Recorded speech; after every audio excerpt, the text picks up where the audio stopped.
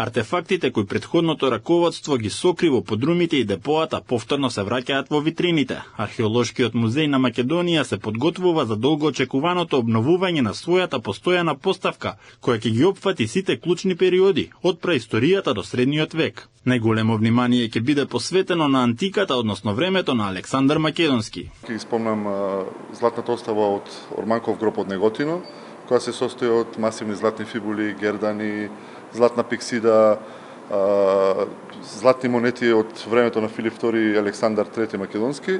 Во таа витрина се представени штитот со надпис на Базилеос Деметриос, на крал Деметри, македонски тип на штит, потоа македонски тип на шлем, од Исар Марвин се откријан познатата махајра, тоа е мечот кој бил составен дел на вооружувањето на македонската војска, и врвовиот копја, исто кој биле дел од вооружувањето на еден војник кој бил член на таа војска. Подготовките се во полнек, а големото реотварање е закажано за 8 септември, денот на независноста.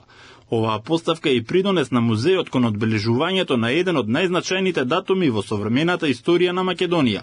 Во полна пареа се подготовките во музеот кои што ќе траат во текот на месец август. А големото реотворање со нови содржини, со нови археолошки предмети е закажано за 8 септември.